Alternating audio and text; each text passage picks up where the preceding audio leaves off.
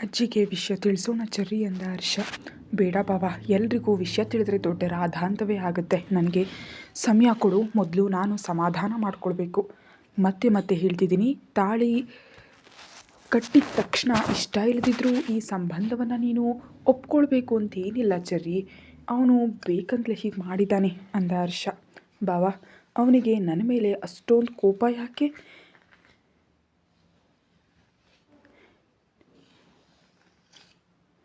ನಿನ್ನ ಅತ್ತೆ ಮಗಳಾಗಿ ನಿನ್ನನ್ನು ಬೆಂಬಲಿಸ್ದೆ ಅಷ್ಟು, ಅದು ತಪ್ಪಾಯ್ತಾ? ಹೆಣ್ಮಕ್ಳಿಗೆ ಮದುವೆ ಬಗ್ಗೆ ಎಷ್ಟೊಂದು ಕನಸುಗಳಿರುತ್ತವೆ. ನನ್ನ ಕನಸುಗಳನ್ನೆಲ್ಲ ಮಣ್ಣುಪಾಲು ಮಾಡಿದ ಮೂರ್ಖ ಅಂತ ಚೆರ್ರಿ ಇನ್ನು ಜೋರಾಗಿ ಅಳೋದಕ್ಕೆ ಶುರು ಮಾಡಿದ್ಲು. ಅವಳನ್ನು ಹೇಗೆ ಸಮಾಧಾನ ಮಾಡಬೇಕಂತ ಹರ್ಷನಿಗೆ ಅರ್ಥ ಆಗಲಿಲ್ಲ. ತಕ್ಷಣ ಫೋನ್ ತೆಗೆದು ಹೀರಾಗೆ ತಮ್ಮ ಮನೆಗೆ ಬರೋದಕ್ಕೆ ಸಂದೇಶ ಕಳಿಸ್ದ. ಯಾಕೆ ಕರೆದಿರ್ಬೋದು ಅಂದ್ಕೊಳತ್ಲೆ ಹೀರಾ ಮೀಟಿಂಗ್ ಮುಗಿದ ತಕ್ಷಣ ಸ್ವರಾಜ್ಯಮನ ಮನೆಗೆ ಬಂದಳು. ಹಾಲಿಗೆ ಬರೋ ಅಷ್ಟರಲ್ಲಿ ಚರಿತಾ ಹರ್ಷನ ಮಡಿಲಲ್ಲಿ ತಲೆಯಿಟ್ಟು ಅಳ್ತಾ ಇರೋದು ಕಂಡುಬಂತು. ಇದನ್ನು ನೋಡಿ ಅವಳು ರುದ್ರಾವತಾರ ತಾಳುವಷ್ಟರಲ್ಲಿ ಹರ್ಷ ಅವಳನ್ನ ನೋಡ್ದ. ಅವನ ಕಣ್ಣಲ್ಲಿದ್ದ ನೋವನ್ನು ಗಮನಿಸಿ ಅವಳು ತನ್ನ ಕೋಪವನ್ನೆಲ್ಲ ಹತೋಟಿಯಲ್ಲಿಟ್ಟುಕೊಂಡು, ಎಷ್ಟು ತುರ್ತಾಗಿ ಯಾಕೆ ಕರೆದೆ ಅಂತ ಕೇಳಿದ್ಲು. ಚೆರ್ರಿ ಅಂತ ಕರೆದ ತಕ್ಷಣ ಅವಳೆದ್ದು ಕಣ್ಣೀರು ಒರೆಸ್ಕೊಂಡ್ಳು. ಹರ್ಷ, ನಿನ್ನನ್ನೇ ಕೇಳ್ತಿರೋದು ಅಂದ್ಲು ಹೀರಾ. ಬಂದು ಕೂತ್ಕೋ ಅಂತ ಹರ್ಷ ಹಣೆ ಸವರ್ತಾ ಹೇಳ್ದ. ಮುಖ ಯಾಕೆ ಆಗಿದೆ ಅಂತ ಕೇಳ್ತಿರುವಾಗಲೇ ತ್ರಿಲೋಕ್ ಚರಿತಾಳ ಕುತ್ತಿಗೆಗೆ ತಾಳಿ ಕಟ್ಟಿದ ವಿಷಯ ತಿಳಿದು ಹೀರಾ ದಂಗಾದ್ಲು. ಏನು? ಚರಿತಾ ತನ್ನ ಕುತ್ತಿಗೆಯಲ್ಲಿದ್ದ ತಾಳಿಯನ್ನು ಹೊರಗೆ ತೆಗೆದು ತೋರಿಸಿದಾಗ ಹೀರಾಳಿಗೆ ಏನು ಮಾಡಬೇಕಂತ ತೋಚಲಿಲ್ಲ. ಇದೇನಿದು? ನಿಜಾನ ಇದೆಲ್ಲ? ಇಲ್ದಿದ್ರೆ ನನ್ನ ಜೊತೆ ಏನಾದರೂ ತಮಾಷೆ ಮಾಡ್ತಿದ್ದೀರಾ ಅಂತಿದ್ದಂತೆ ಚರಿತಾಳ ಫೋನಿಗೆ ತ್ರಿಲೋಕ್ ಕಳುಹಿಸಿದ ವಿಡಿಯೋವನ್ನು ಅವಳ ಮುಂದೆ ಅವರು ಇಟ್ಟರು. ಅಲ್ಲಿ ನಡೆದದ್ದನ್ನು ನೋಡಿದಂಥ ಹೀರಾಳಿಗೆ ಬಹಳ ಸಿಟ್ಟು ಬಂತು. ಸಿಟ್ಟು ನೆತ್ತಿಗೇರ್ತು. ಯಾಕೆ ಹೀಗೆ ಮಾಡ್ದ ಅವನು? ಅವನಿಗೆ ಯಾವ ಕೇಡುಗಾಲ ಬಂದಿದೆ ಅಂತ ಅಬ್ಬರಿಸಿದ್ಲು. ಪ್ಲೀಸ್ ಹೀರಾ, ಬೈಬೇಡ. ಎಷ್ಟೇ ಆದರೂ ಅವನು ನನ್ನ ಗಂಡ ಅಂತ ಚರಿತಾ ನೋವಿನಿಂದ ಹೇಳಿದ್ಲು. ಅಬ್ಬಬ್ಬಾ, ಅಷ್ಟಲ್ಲೇ ಗಂಡನ ಮೇಲೆ ಪ್ರೀತಿ ಉಕ್ಕರಿತಿದೆಯೇ? ಅವನ ಹಲ್ಲು ಉದುರಿಸಿ ತಾಳಿ ಕಿತ್ತು ಅವನ ಮುಖಕ್ಕೆ ಎಸ್ತು ಬರದೆ ಇಲ್ಲಿ ಅಳ್ತಾ ಕೂತಿದ್ಯಾ? ಹೇಳು ಮೊದಲು ಅಂತ ಹೀರಾ ಚರಿತಾಳ ಕೈ ಹಿಡಿದು ಎಪ್ಸಿದ್ಲು. ಹೀರಾ ಪ್ಲೀಸ್, ಆವೇಶಪಟ್ಟರೆ ಯಾವ ಕೆಲಸವೂ ಆಗಲ್ಲ. ಸ್ವಲ್ಪ ಯೋಚನೆ ಮಾಡು ಅಂದ ಹರ್ಷ. ಏನೋ ಯೋಚನೆ ಮಾಡೋದು? ಇವತ್ತು ತಾಳಿ ಕಟ್ಟಿದ್ದಾನೆ ಅಂತ ಸುಮ್ಮನೆ ಕೂತ್ರೆ ನಾಳೆ ಬಲವಂತವಾಗಿ ಮದುವೆಯಾಗಿ ಗರ್ಭಿಣಿ ಮಾಡಿದ್ರೆ ಏನು ಮಾಡ್ತೀಯಾ? ಅವನು ಅಂಥವನಲ್ಲ ಹೀರಾ ಅಂದ್ಲು ಚೆರ್ರಿ. ಓಹೋ, ಏನಿದು? ನಿನ್ನ ಗಂಡನನ್ನು ಸಪೋರ್ಟ್ ಮಾಡ್ತಿದ್ಯಾ? ನಿನಗೆ ಅವನು ಅಂದರೆ ಇಷ್ಟನಾ? ಈ ಬಾರಿ ಹರ್ಷ ಕೂಡ ಪ್ರತಿಕ್ರಿಯಿಸ್ದ. ಡ್ಯಾಡಿ ಮದುವೆ ಪ್ರಸ್ತಾಪ ತಂದಾಗ ಅವನ ಬಗ್ಗೆ ವಿಚಾರಿಸ್ದೆ ಬಾವ. ಅವನು ಒಳ್ಳೆಯವನೇ, ಆದರೆ ನನ್ನ ಮೇಲೆ ಸ್ವಲ್ಪ ಸಿಟ್ಟಲ್ಲಿದ್ದಾನೆ. ಆ ಹಠದಿಂದ ಮದುವೆ ಮಾಡ್ಕೊಂಡಿದ್ದಾನೆ ಎಂಬ ಭಯ ಇದೆಯೇ ಹೊರತು ಅವನ ನಡತೆ ಕೆಟ್ಟದ್ದಲ್ಲ. ಅವನಿಗೆ ಸ್ವಲ್ಪ ಹಣದ ಮದ ಇದೆ, ಅದೊಂದು ಯೋಚನೆ. ಮಮ್ಮಿ ನನ್ನಲ್ಲಿ ಯಾವ ಗುಣಗಳನ್ನ ನಿರೀಕ್ಷಿಸಿ ನಿನಗೆ ಮದುವೆ ಮಾಡಬೇಕು ಅಂದ್ಕೊಂಡಿದ್ರೋ ಅದೇ ಗುಣಗಳು ಅವನಲ್ಲಿವೆ. ಹಣದ ಹುಚ್ಚು ಒಂದನ್ನು ಬಿಟ್ಟರೆ ಅಂದ್ಲು ಚರಿತಾ. ಹಾಗಾದರೆ ನಿನಗೆ ಈ ಮದುವೆ ಇಷ್ಟನಾ? ಅವಳು ಇಲ್ಲ ಅಂತ ತಲೆ ಆಡಿಸಿದ್ಲು. ಹುಚ್ಚರೆಲ್ಲ ನನಗೆ ಸಿಗ್ತಾರಲ್ಲಪ್ಪ ಅಂತ ಹೀರಾ ತಲೆಯನ್ನು ಚಚ್ಕೊಂಡ್ಳು. ಈಗ ಈ ವಿಷಯ ಎಲ್ರಿಗೂ ಹೇಳಬೇಕಾ ಅಥವಾ ಮುಚ್ಚಿಡಬೇಕಾ ಅಂತ ಚರಿತಾ ಕೇಳಿದ್ಲು. ಹೇಳಲೇಬೇಕು, ಇಲ್ದಿದ್ರೆ ಹೇಗೆ? ನಾವು ಯಾರಿಗೂ ಹೇಳಿಲ್ಲ ಎಂಬ ವಿಷಯ ಅವನಿಗೆ ತಿಳಿದ್ರೆ ಇನ್ನೂ ಹೆಚ್ಚು ನಾಟಕ ಮಾಡ್ತಾನೆ. ನಿನ್ನ ಮಾನಸಿಕವಾಗಿ ಹಿಂಸಿಸಿದ್ರೆ ಅಂತ ಹೀರಾ ಕೇಳಿದ್ಲು. ಅದೇ ಅವನಿಗೆ ಕೊನೆ ದಿನ ಆಗುತ್ತೆ. ಸತ್ಯ, ನೀನು ಹಾಕ್ಕೊಂಡಿರೋಂಥ ಡ್ರೆಸ್ಗಳು ಇಲ್ಲಿ ಎಲ್ಲಿಯೂ ಇಲ್ವಲ್ಲ, ಯಾಕೆ ಅಂತ ಖುಷಿ ಕೇಳಿದ್ಲು. ಅಲ್ಲಿ ಹೆಚ್ಚಾಗಿ ವೆಸ್ಟರ್ನ್ ಉಡುಗೆಗಳೇ ಇದ್ವು. ಇವುಗಳನ್ನ ನಾನು ಬಟ್ಟೆ ತೆಗೆದುಕೊಂಡು ಹೊಲಿಸ್ಕೊಂಡಿದ್ದು ಖುಷಿ ಅಂತ ಸತ್ಯ ಬಾಂಬ್ ಸಿಡಿಸಿದ್ಲು. ಏನೂ ಹೊಲಿಸ್ಕೊಂಡಿದ್ದ? ಆ ವಿಷಯವನ್ನು ಇಷ್ಟು ತಡವಾಗಿ ಯಾಕೆ ಹೇಳ್ತೀಯಾ? ನಾನು ಹಾಕುವಂಥ ಬಟ್ಟೆ ನೀನು ಕೇಳ್ತೀಯಾ ಅಂತ ನನಗೇನು ಗೊತ್ತು? ಶಾಪಿಂಗ್ ಅಂದೆ ಬಂದೆ ಅಷ್ಟೇ ಅಂತ ಸತ್ಯ ಹೇಳಿದ್ಲು. ಸತ್ಯ, ನನಗೂ ನಿನ್ನ ಹಾಗೆ ಬಟ್ಟೆಗಳು ಬೇಕು, ಅದು ಕೂಡ ಈಗಲೇ ಸಿದ್ಧ ಉಡುಪುಗಳು ರೆಡಿಮೇಡ್ ಇರುತ್ವಾ? ಹೀರಾ ಸೈಜ್ ತಗೊಂಡು ಬದಲಾವಣೆ ಮಾಡಿಸ್ಕೊಳ್ಬಹುದು. ಅಷ್ಟಕ್ಕೂ ನಿನಗೆ ಇಂಥ ಹಳೆಯ ಶೈಲಿಯ ಬಟ್ಟೆಗಳು ಯಾಕೆ ಬೇಕು? ನೀನು ಹಾಕೋ ಬಟ್ಟೆಗಳೇ ಚೆನ್ನಾಗಿರುತ್ತವಲ್ಲ ಅಂದ್ಲು ಈಶಾ. ಇಲ್ಲ, ನಾನು ನನ್ನ ಶೈಲಿಯನ್ನು ಬದಲಾಯಿಸಬೇಕು ಅಂದ್ಕೊಂಡಿದ್ದೀನಿ ಅಂದ್ಲು ಖುಷಿ. ಯಾಕೆ ಅಂತ ಈಶಾ ರಾಗ ಹೇಳಿದ್ಲು. ನಿನಗೆ ಹೇಳಲ್ಲ, ಹೋಗು. ಕಾರ್ತಿಕ್, ನಿನ್ನ ಗೆಳತಿಯನ್ನು ಕರ್ಕೊಂಡು ಹೋಗಿ ಶಾಪಿಂಗ್ ಮಾಡಿಸು. ನಾನು ಸದ್ಯ 10 ನಿಮಿಷದಲ್ಲಿ ಬರ್ತೀವಿ ಅಂತ ಖುಷಿ ಬಟ್ಟೆ ವಿಭಾಗದ ಕಡೆ ಹೋದ್ಲು. ತನ್ನ ಅಳತೆಗೆ ತಕ್ಕಂತೆ 10 ಡ್ರೆಸ್ಸುಗಳನ್ನ ಆರಿಸಿ ಅದನ್ನು ಸರಿಪಡಿಸೋದಕ್ಕೆ ಟೈಲರ್ ಹತ್ರ ಹೋದ್ಲು. ಇಶಾ ಕಾರ್ತಿಕ್ಕಾಗಿ ಶರ್ಟ್ಗಳನ್ನು ತಗೊಂಡ್ಳು. ಇಶು, ನನಗಾಗಿ ಮದುವೆ ಸಮಾರಂಭದಲ್ಲಿ ಆಫ್ ಸಾರಿ ಹಾಕ್ಕೊಳ್ತೀಯಾ ಅಂತ ಕಾರ್ತಿಕ್ ಬೇಡ್ಕೊಂಡ. ಇಲ್ಲಪ್ಪ, ಅವ ನನಗೇನು ಒಪ್ಪೋದಿಲ್ಲ. ನಿನಗೆ ಇಷ್ಟ ಬಂದ ಹಾಗೆ ನಾನು ಯಾಕಿರಬೇಕು? ನನಗಿಷ್ಟ ಬಂದಾಗಿದ್ದರೆ ನಿನಗಿಷ್ಟ ಆಗಲ್ವಾ ಅಂದ್ಲು ಈಶಾ. ತಾಯಿ, ನಿನಗೊಂದು ನಮಸ್ಕಾರ, ಹೇಗಾದರೂ ಇರು. ಬಟ್ಟೆ ಎಂಬುದು ಕಣ್ಣಿಗೆ ಹಬ್ಬ ಅಷ್ಟೇ, ಪ್ರೀತಿ ಎಂಬುದು ಹೃದಯಕ್ಕೆ ಸಂಬಂಧಿಸಿದ್ದು ಅಂತ ಕಾರ್ತಿಕ್ ಶೂ ಕೊಳ್ಳಲು ಹೋದ. ಈಶಾ ನಗ್ತಾ ಅವನಿಗೆ ಇಷ್ಟವಾದ ನೀಲಿ ಬಣ್ಣದ ಲಂಗ ಧಾವಣಿ ಕೊಂಡ್ಕೊಂಡ್ಳು. ಹೇಳಲೇಬೇಕು, ಇಲ್ದಿದ್ರೆ ಹೇಗೆ? ನಾವು ಯಾರಿಗೂ ಹೇಳಿಲ್ಲ ಎಂಬ ವಿಷಯ ಅವನಿಗೆ ತಿಳಿದ್ರೆ ಇನ್ನೂ ಜಾಸ್ತಿ ನಾಟಕ ಮಾಡ್ತಾನೆ. ನಿನ್ನನ್ನು ಟಾರ್ಚರ್ ಮಾಡಿದ್ರೆ ಅದೇ ಅವನ ಕೊನೆ ದಿನ ಅಂತ ಹೀರಾ ಅಂದ್ಲು. ಅಷ್ಟಕ್ಕೂ ಅವನನ್ನು ಕೊಂದು ನಿನ್ನ ತಂಗಿಯನ್ನ ಏನು ಮಾಡೋಣ ಅಂದ ಹರ್ಷ. ಅವಳೇನು ಮಾಡ್ತಾಳೆ? ಬಿಸ್ನೆಸ್ ನೋಡ್ಕೊಳ್ತಾ ತನಗೆ ಸರಿಯಾದವನು ಸಿಕ್ಕಾಗ ಮದುವೆ ಆಗಿ ಅವಳು ಸೆಟಲ್ ಆಗ್ತಾಳೆ.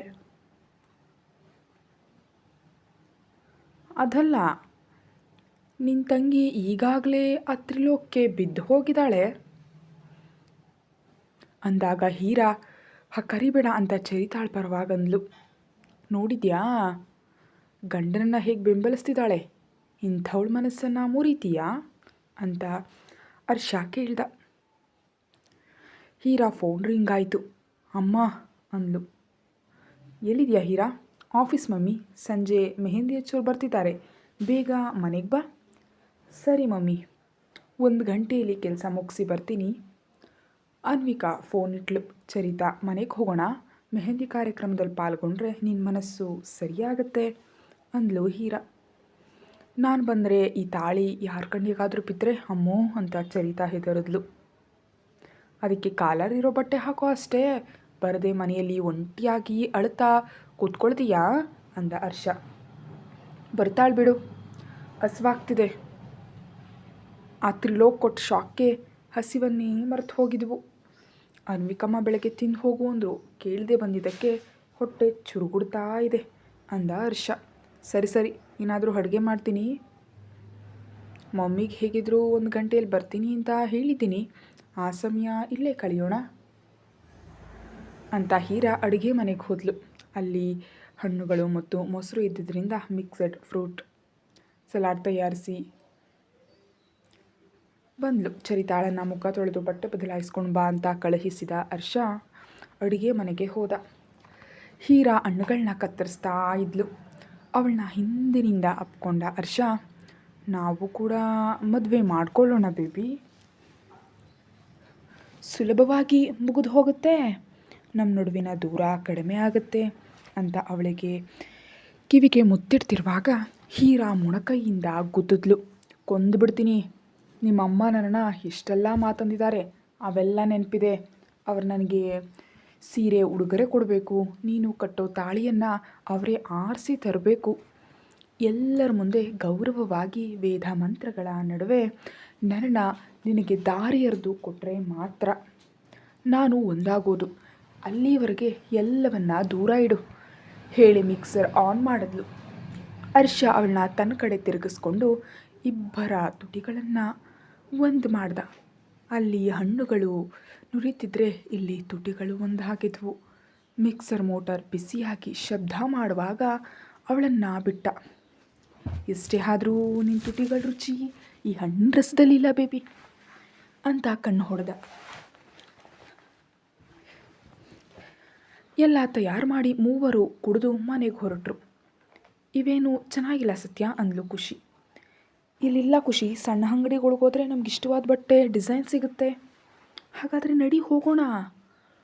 ಹೊಲಿಯೋದಕ್ಕೆ ಸಮಯ ಬೇಕಾಗುತ್ತಲ್ಲ.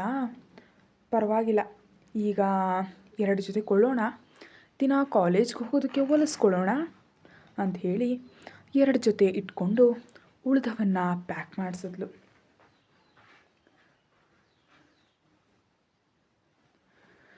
ಹಾಗೆ ಬರುವಾಗ ಮನೆ ಕಟ್ಟೋ ಕೆಲಸ ಮಾಡ್ತಿದ್ದ ತನ್ನ ವಯಸ್ಸಿನ ಹುಡುಗಿ ಹತ್ರ ಹೋಗಿ 10 ಜೊತೆ ಬಟ್ಟೆಗಳನ್ನ ನೀಡಿದ್ಲು ಖುಷಿ. ಆ ಹುಡುಗಿ ಆಶ್ಚರ್ಯದಿಂದ ಕೈ ಮುಗಿದ್ಲು. ನಂತರ ಸತ್ಯ ಹೇಳಿದ ಅಂಗಡಿಗೆ ಹೋಗಿ ಅಡ್ವಾನ್ಸನ್ನು ಕೊಟ್ಟು ಹೊಲಿಯೋದಕ್ಕೆ ಹೇಳಿ ಊಟ ಮುಗಿಸಿ ಮನೆಗೆ ಬರುವಾಗ ಹರ್ಷ ಮತ್ತು ಹೀರಾ ಅವರ ಕಾರುಗಳು ಕೂಡ ಕಂಡವು. ಸೂರ್ಯನಿಗಾಗಿ ಹುಡುಕಿದ್ಲು ಖುಷಿ. ಹೆಸರಿಗೆ ಮಾತ್ರ ಸೂರ್ಯ, ಯಾವಾಗಲೂ ಕಣ್ಣೆದುರಿಗೆ ಇರಲ್ಲ ಅಂತ ಗುಣಕ್ದ ಒಳಗೆ ಬಂದಳು. ಖುಷಿ ಕೈಯಲ್ಲಿದ್ದ ಬ್ಯಾಗ್ಗಳನ್ನ ನೋಡಿ ಅನ್ವಿಕಾ, ಏನು ಕೊಂಡ್ಕೊಂಡೆ ಇಷ್ಟೊಂದು ಅಂತ ಕೇಳಿದ್ರು. ನನ್ನ ಪರ್ಸ್ನಲ್ಸ್ ಮಮ್ಮಿ ಅಂತ ಅನ್ವಿಕಾಳನ್ನು ಅಪ್ಕೊಂಡು ಹೀರಾ ಪಕ್ಕ ಕೂತ್ಲು. ಚೆರ್ರಿ ಹಣ್ಣು, ಯಾಕೆ ನಿನ್ನ ಮುಖ ಕೆಂಪಾಗಿದೆ ಅಂದ್ಲು ಖುಷಿ. ಏನಿಲ್ಲ, ಧ್ವನಿ ಕೂಡ ವ್ಯತ್ಯಾಸ ಇದೆ, ಏನಾಯಿತು? ಸ್ವರಾಜಮ್ಮ ಕೂಡ ನೋಡಿ, ಹೌದು ಖುಷಿ, ಅವಳು ಬಂದಾಗಿನಿಂದ ಮೌನವಾಗಿದ್ದಾಳೆ. ನನಗೇನು ಆಗಿಲ್ಲ ಅಮ್ಮಮ್ಮ, ಚೆನ್ನಾಗಿದ್ದೀನಿ. ಅರೆ, ನಗು ಮುಖದ ಮೇಲಿದೆ, ಆದರೆ ಹೃದಯದಿಂದ ಬರ್ತಾ ಇಲ್ಲ. ಅಯ್ಯೋ, ಅಷ್ಟೊಂದು ತನಿಖೆ ಮಾಡಬೇಡ ಅಂತ ಹರ್ಷ ಅಂದ. ಹರ್ಷ, ನನ್ನ ಹೀರೋ ಎಲ್ಲಿದ್ದಾನೆ ನಿನಗೆ ಗೊತ್ತಾ? ಅರ್ಜುನ್ ಸರ್ ಅವರ ಆಫೀಸ್ನಿಂದ ಫೋನ್ ಬಂತು ಅಂತ ಹೋದ್ನಂತೆ ಅಂದ್ಲು ಅನ್ವಿಕಾ. ಲಂಚ್ ಆದಮೇಲೆ ಖುಷಿ ಮಾಡಿದ ಶಾಪಿಂಗ್ ನೋಡಿ ಎಲ್ಲರೂ ಅಚ್ಚರಿಪಟ್ಟರು. ನಿನಗೆ ಇಂಥ ಬಟ್ಟೆಗಳು ಬೇಕಾ? ಹೌದು ಮಮ್ಮಿ, ನೀನು ಇವುಗಳನ್ನ ಕೂಡ ತೊಡ್ತೀಯಾ? ಅಂದರೆ ನಿನಗೆ ನಾನು ಇವುಗಳನ್ನ ಹಾಕ್ಕೊಳ್ಳೋದಕ್ಕೆ ಬರಲ್ಲ ಅಂತಾನಾ? ಹಾಕ್ಕೊಳ್ಳಲ್ಲ ಅಂತ ಈಗ ಅಭ್ಯಾಸ ಮಾಡ್ಕೊಳ್ತೀನಿ ಅಂದ್ಲು ಖುಷಿ. ಸಡನ್ನಾಗಿ ಈ ಬದಲಾವಣೆ ಯಾಕೆ ಅಂತ ಹರ್ಷ ಕೇಳಿದಾಗ, ನನಗೆ ಎಲ್ಲವೂ ಒಪ್ಪುತ್ತವೆ ಅಂತ ನೋಡೋದಕ್ಕೆ ಅಂದ್ಲು ಖುಷಿ. ಅದು ಒಳ್ಳೆಯದೇ, ನಿನ್ನನ್ನು ಇಂತಹ ಬಟ್ಟೆಯಲ್ಲಿ ನೋಡಬೇಕು ಎಂಬ ಆಸೆ, ನನ್ನ ಆಸೆ ಕೂಡ ಈಡೇರ್ತಿದೆ ಅಂತ ಅನ್ವಿಕಾ ಸಂಭ್ರಮಿಸಿದ್ಲು. ಸಂಜೆ ಮೆಹಂದಿ ಹಚ್ಚುವವರು ಬಂದರು. ಮೊದಲು ವಾಸವಿ ಅವರಿಗೆ ಹಚ್ಚಲಾಯಿತು. ಎಲ್ರಿಗೂ ಹಚ್ಚಿದ ಮೇಲೆ ಖುಷಿಯನ್ನು ಕರೆದ್ಲು ಅನ್ವಿಕಾ. ಅಷ್ಟೊತ್ತಿಗಾಗಲೇ ಅಡುಗೆ ಮುಗಿದಿತ್ತು. ಖುಷಿ ಎಲ್ರಿಗೂ ತಾನೇ ಊಟವನ್ನು ಬಡಿಸಿದ್ಲು. ಹರ್ಷ ಸಣ್ಣ ಮಗುವಿನ ಕೈಯಲ್ಲಿ ಒಂದು ಚಂದಮಾಮವನ್ನು ಬರೆಸ್ದ. ನಿನಗೆ ಕೆಂಪಾಗಿ ಮುಡಿದ್ರೆ ಸುಂದರವಾದ ಹೆಂಡತಿ ಸಿಗ್ತಾಳೆ, ಇಲ್ದಿದ್ರೆ ಹೀರಾ ಅಕ್ಕಂತರ ಗಯ್ಯಾಲಿ ಹೆಂಡತಿ ಸಿಗ್ತಾಳೆ ಅಂದ ಹರ್ಷ. ಹೌದು, ನಾನು ಗಯ್ಯಾಲಿ, ಮತ್ತು ಯಾಕೆ ನನ್ನ ಹಿಂದೆ ಬೀಳ್ತೀಯಾ ಅಂದ್ಲು ಹೀರಾ. ಏನು ಮಾಡೋದು, ವಿಧಿ ಬರಹ ಅಂದ ಹರ್ಷ. ಖುಷಿ ಸೂರ್ಯನಿಗಾಗಿ ಫೋನ್ ಮಾಡಲು ಹರ್ಷನಿಗೆ ಹೇಳಿದ್ಲು. ಸೂರ್ಯ ಆಶ್ರಮದ ಮಕ್ಕಳಿಗೆ ಏಟಾಗಿದ್ದರಿಂದ ಆಸ್ಪತ್ರೆಯಲ್ಲಿ ಇರುವುದಾಗಿ ತಿಳಿಸ್ದ. ಹರ್ಷ ಮತ್ತು ಖುಷಿ ಆಸ್ಪತ್ರೆಗೆ ಹೋದರು. ಸೂರ್ಯನ ಮುಖ ನೀರಸವಾಗಿತ್ತು. ಮಕ್ಕಳಿಗೆ ಹೇಗಿದೆ? ಮೂಳೆ ಮುರಿದಿದೆ, 1 ತಿಂಗಳು ವಿಶ್ರಾಂತಿ ಬೇಕು. ಖುಷಿ ಅವರಿಗೆ ಚಾಕ್ಲೇಟ್ ನೀಡಿ ಸೂರ್ಯನ ಹತ್ರ ಮಾತಾಡಿದ್ಲು. ಅರ್ಜುನ್ ಡ್ಯಾಡಿಗೆ ಫೋನ್ ಮಾಡಿ ವಿಷಯ ತಿಳಿಸ್ದೆ. ಅವರು ಆಸ್ಪತ್ರೆಗೆ ಫೋನ್ ಮಾಡಿ ವಿಶೇಷ ಕಾಳಜಿಯನ್ನು ವಹಿಸೋದಕ್ಕೆ ಹೇಳಿದ್ದಾರೆ ಅಂದ್ಲು ಖುಷಿ. ನೀವು ಮನೆಗೆ ಹೋಗಿ, ನಾನು ನೋಡ್ಕೊಳ್ತೀನಿ ಅಂದ ಸೂರ್ಯ. ಇಲ್ಲ ಸೂರ್ಯ, ನರ್ಸ್ಗಳು ಇರ್ತಾರೆ, ನೀನು ಮನೆಗೆ ಬಾ ಅಂದ ಹರ್ಷ. ಆದರೆ ಸೂರ್ಯ ಒಪ್ಪಲಿಲ್ಲ. ಖುಷಿ, ನಾನು ಇಲ್ಲೇ ಇರ್ತೀನಿ, ಬಾವ ನೀನು ಹೋಗು ಅಂದ್ಲು. ಹರ್ಷ, ನಾನು ಇರ್ತೀನಿ ಅಂದ. ಹೀಗೆ ಮೂವರು ಜಗಳ ಆಡ್ತಿರುವಾಗ ಸೂರ್ಯ ಗಂಭೀರವಾಗಿ ನೋಡಿ, ಹೊರಡಿ ಮೊದಲು ಅಂದ. ಅರ್ಜುನ್ ಫೋನ್ ಮಾಡಿ ಖುಷಿಗೆ ಮನೆಗೆ ಬರೋದಕ್ಕೆ ಹೇಳಿದ್ರು. ಬೇಸರದಿಂದ ಖುಷಿ ಮನೆಗೆ ಬಂದಳು. ಮೆಹಂದಿ ಹಚ್ಕೊಳ್ಳಲು ಅವಳು ನಿರಾಕರಿಸಿದ್ಲು. ಸೂರ್ಯ ಆಸ್ಪತ್ರೆಯ ಕಾರಿಡಾರ್ನಲ್ಲಿ ಕೂತು ಯೋಚಿಸ್ತಾ ಇದ್ದ. ಖುಷಿ ಶ್ರೀಮಂತ ಹುಡುಗಿ, ವಯಸ್ಸಿನ ಪ್ರಭಾವದಿಂದ ನನ್ನ ಕಡೆ ಆಕರ್ಷಿತಳಾಗಿದ್ದಾಳೆ. ಇದನ್ನೇ ಪ್ರೀತಿ ಅಂತ ಅಂದ್ಕೊಂಡಿದ್ದಾಳೆ. ಈ ಕಾರಣದಿಂದ ಅರ್ಜುನ್ ಸರ್ ನನಗೆ ದೂರ ಆಗಬಾರ್ದು. ಏನು ಮಾಡೋದು ಅಂತ ಯೋಚಿಸ್ತಿರುವಾಗ ಅರ್ಜುನ್ ಬಂದರು. ಅರ್ಜುನ್ ಮಕ್ಕಳನ್ನು ನೋಡಿ ಡಾಕ್ಟರ್ ಜೊತೆ ಮಾತಾಡ್ದ. ಸೂರ್ಯನಿಗೆ ಊಟ ಕೊಟ್ಟರು. ಸಾರಿ ಸರ್, ಅವಳು ನನ್ನ ಕಡೆ ಆಕರ್ಷಿತಳಾಗ್ತಿದ್ದಾಳೆ, ಅದೇ ಪ್ರೀತಿ ಅಂತ ಭ್ರಮಿಸ್ತಿದ್ದಾಳೆ. ನಾನು ಅವಳಿಗೆ ತಿಳಿ ಹೇಳ್ತೀನಿ ಅಂದ ಸೂರ್ಯ. ಅರ್ಜುನ್ ಅವನ ಗಲ್ಲವನ್ನು ಹಿಡಿದು, ಯಾರ ಮನಸ್ಸನ್ನು ಯಾರು ನಿಯಂತ್ರಿಸೋದಕ್ಕೆ ಸಾಧ್ಯ ಇಲ್ಲ ಸೂರ್ಯ. ಖುಷಿ ಚಿಕ್ಕವಳು, ನಿನಗೆ ಸ್ಪಷ್ಟತೆ ಇದೆ ಅಲ್ವಾ? ಅದಕ್ಕೆ ಬದ್ಧವಾಗಿರು. ನಿನ್ನ ಇಷ್ಟವನ್ನು ಯಾರಿಗಾಗಿಯೂ ಬದಲಿಸ್ಕೊಳ್ಬೇಡ ಅಂದಾಗ ಸೂರ್ಯನ ಕಣ್ಣಲ್ಲಿ ಮಿಂಚು ಮೂಡಿತು. ಖುಷಿ ಜಾಗ್ರತೆ, ಅವಳಿಗೆ ಕೋಪ ಬಂದರೂ ನೋವು ಬಂದರೂ ಸಹಿಸೋದಕ್ಕೆ ಆಗಲ್ಲ.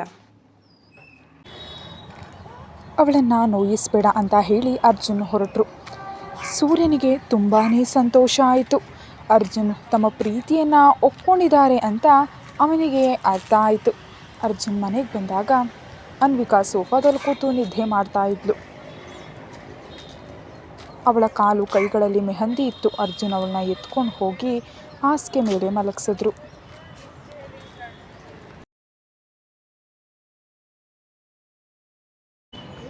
ಅವಳ ಕಾಲುಗಳಲ್ಲಿದ್ದ ಮೆಹಂದಿ ಒಣಗಿತ್ತು. ಅದನ್ನು ತಾವೇ ತೆಗೆದ್ರು. ಅನ್ವಿಕಾ ಎದ್ದು, ಇಷ್ಟು ತಡ ಆಯ್ತಾ ಅಂತ ಕೇಳಿದ್ಲು. ನಿನ್ನ ಮುದ್ದಿನ ಮಗಳು ಮೆಹಂದಿ ಹಚ್ಕೊಂಡಿಲ್ಲ, ಹತ್ತಿದ್ದಾಳೆ ಅಂತ ಕೂಡ ಹೇಳಿದ್ಲು. ಅರ್ಜುನ್ ಖುಷಿಯ ರೂಮಿಗೆ ಹೋದರು. ಅವಳತ್ತು ಕಣ್ಣು ಊದಿಸ್ಕೊಂಡು ಮಲಗಿದ್ಲು. ಅರ್ಜುನ್ ಅವಳ ಪಾದಕ್ಕೆ ಮೆಹಂದಿಯನ್ನು ಹಚ್ಚೋದಕ್ಕೆ ಶುರು ಮಾಡ್ದ. ನನಗೇನು ಬೇಡ ಡ್ಯಾಡಿ ಅಂದ್ಲು ಖುಷಿ. 10ನೇ ಕ್ಲಾಸ್ವರೆಗೆ ನಾನೇ ಹಚ್ತಿದ್ದೆ ಅಲ್ವಾ ಬೇಬಿ, ಈಗ ಯಾಕೆ ಸುಳ್ಳು ಹೇಳ್ತಿದ್ಯಾ ಅಂದ ಅರ್ಜುನ್. ನನ್ನ ಮೇಲೆ ನಿಮಗೆ ಕೋಪ ಬಂದಿದೆ ಗೊತ್ತು, ಅರ್ಜುನ್ ಸಮಾಧಾನ ಪಡಿಸಿದ್ರು. ನಮಗೊಂದು ಗೌರವ ಇದೆ ಖುಷಿ. ಮದುವೆ ಆಗದ ನೀನು ಒಬ್ಬ ಹುಡುಗನ ರಾತ್ರಿ ಅವನ ಜೊತೆ ಇರೋದು ಸರಿಯಲ್ಲ. ಸಮಾಜ ಏನು ಅಂದ್ಕೊಳ್ಳುತ್ತೆ? ನಾನು ಮಕ್ಕಳಿಗಾಗಿರ್ತೀನಿ ಅಂತ ನೀನು ಸುಳ್ಳು ಹೇಳಬೇಡ. ಸೂರ್ಯನಾಗಿ ಇರ್ತೀನಿ ಅಂತ ಹೇಳು ಅಂದ ಅರ್ಜುನ್. ಸೂರ್ಯನನ್ನು ಒಪ್ಕೊಂಡಿದ್ದೀರಾ? ನಿನಗಿಷ್ಟನಾ? ಇಷ್ಟ ಬೇರೆ, ಅವನ ನಡತೆ ಒಳ್ಳೆಯದು. ಆದರೆ ನಿನ್ನ ಆಸ್ತಿ ನೋಡಿ ಮದುವೆ ಆಗೋನು ಅವನಲ್ಲ.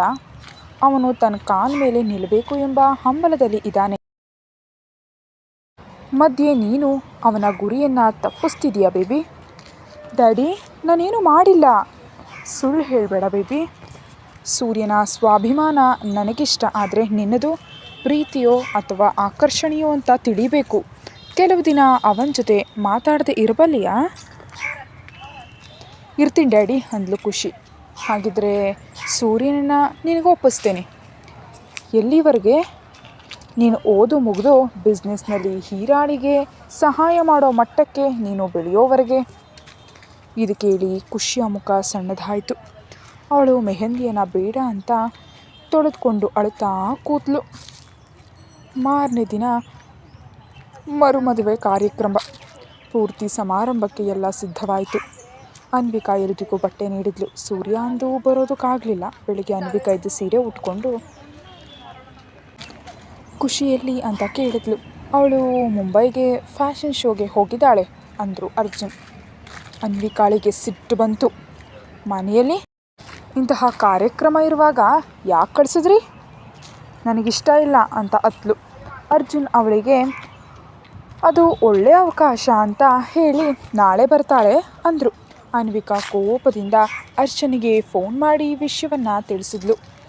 ಹರ್ಷ, ಖುಷಿ ಮುಂಬೈನಲ್ಲಿದ್ದಾಳೆ, ಪೂಜೆ ಹೊತ್ತಿಗೆ ಅವಳು ಇಲ್ಲಿರಬೇಕು ಅಂದ್ಲು.